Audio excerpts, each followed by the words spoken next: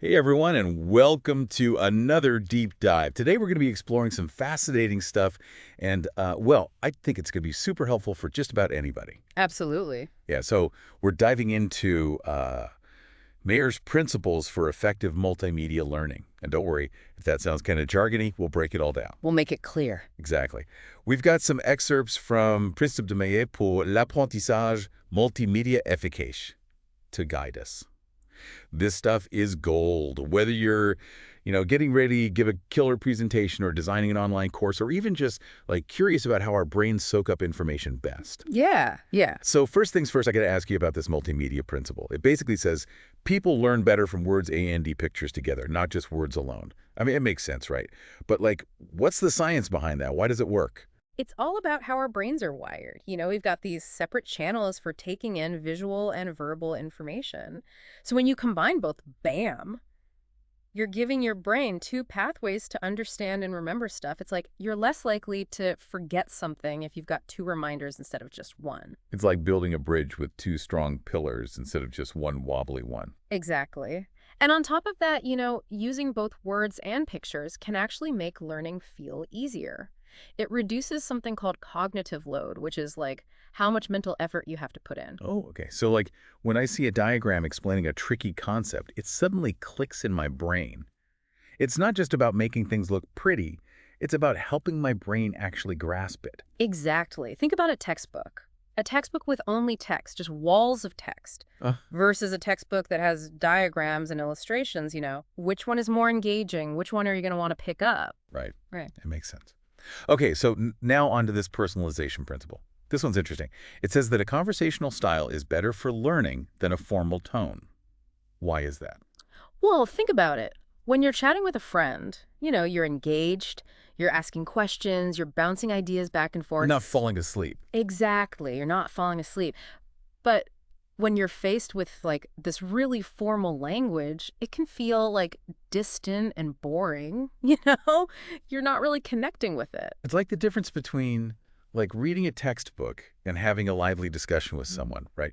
It just sticks better when you feel like you're part of the conversation. Yeah, for sure. This reminds me of, actually reminds me of when I was preparing for a presentation on, well, doesn't really matter what it was on, but I was reading all these articles and I just couldn't make sense of it all. Um, It wasn't until I started talking about it with a colleague, like really bouncing ideas around, that it clicked. and that's because when you're discussing something, you're forced to, put it into your own words, to ask questions, to really think about it. It becomes active, not passive. Exactly. Okay, cool.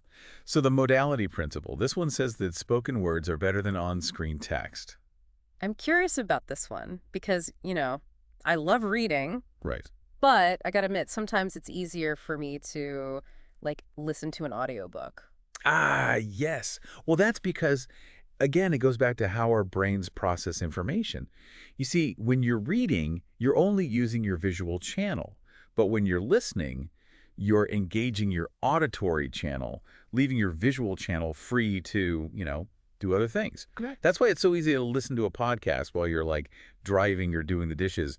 But try reading a book while doing those things. Yeah. No, that makes sense. That's why I always prefer audiobooks when I'm like going for a walk or something. And think about this. When you combine audio with visuals, it can be even more powerful. Like watching a documentary with a great narrator. The combination of those stunning visuals and that compelling voice just brings the whole thing to life. It's true.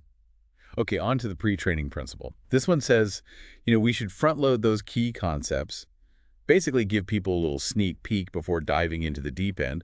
I can see how that would be helpful, but what are some good ways to actually do that, like in practice? So imagine before we even started this deep dive, we sent you an article on, let's say, the history of multimedia learning. Okay. To pre-train you, we could give you a timeline of like the key events in that history, or maybe a glossary of some of the technical terms you might come across. Oh, interesting. That way you'd already have some context before you even start reading. It's like having a map before you set off on a journey. It helps you navigate the terrain. Exactly. By activating that prior knowledge and introducing those key concepts beforehand, you create this mental scaffolding that makes the learning process much smoother. I love that analogy. Okay, this one's called the segmenting principle. This one's all about breaking down information into smaller chunks, which I'm a huge fan of because, honestly, I get overwhelmed easily. We all do. If you give me too much information at once, I'm just like, nope. It's like trying to eat a whole cake in one sitting. Right. You'd probably feel sick and wouldn't enjoy it. Exactly. So segmenting allows you to digest that information gradually. Instead of, trying to sit through a 3-hour lecture, break it down into shorter focused sessions with breaks in between. It just makes learning feel less daunting. You're not facing this giant wall of information. Yeah, much more manageable. Okay, last but not least, we have the redundancy principle. Now, this one seems a bit counterintuitive because it says less is more when it comes to repeating information. So how does that work? I mean, don't we need repetition to learn things? Well, yes and no. Imagine you're watching a presentation and the speaker is saying the exact same words that are already on the screen behind them. It's repetitive. Yeah, it's annoying. It's Yeah. annoying. And instead of reinforcing the message, it just creates this unnecessary redundancy that can actually overload your brain. So it's not about just throwing a ton of information at someone and hoping something sticks. No. It's about being smart and strategic about how you present it. Exactly. So, for example, if you're explaining a process, maybe show a diagram while you describe the steps verbally instead of repeating the same information in both formats. Got it. Makes sense. Wow, this has been incredibly insightful. Yeah. It seems like effective multimedia learning is really about creating these engaging, personalized experiences, things that are well structured and don't overload our brains. Would you agree with that? Absolutely. It's about finding that sweet spot where the information is presented in a way that's both engaging and easy to understand. And I love how all of this isn't just for, educators or people creating learning materials. No, not at all. It's something we can all apply to our own lives. Right. Here's a thought to leave you with. Okay.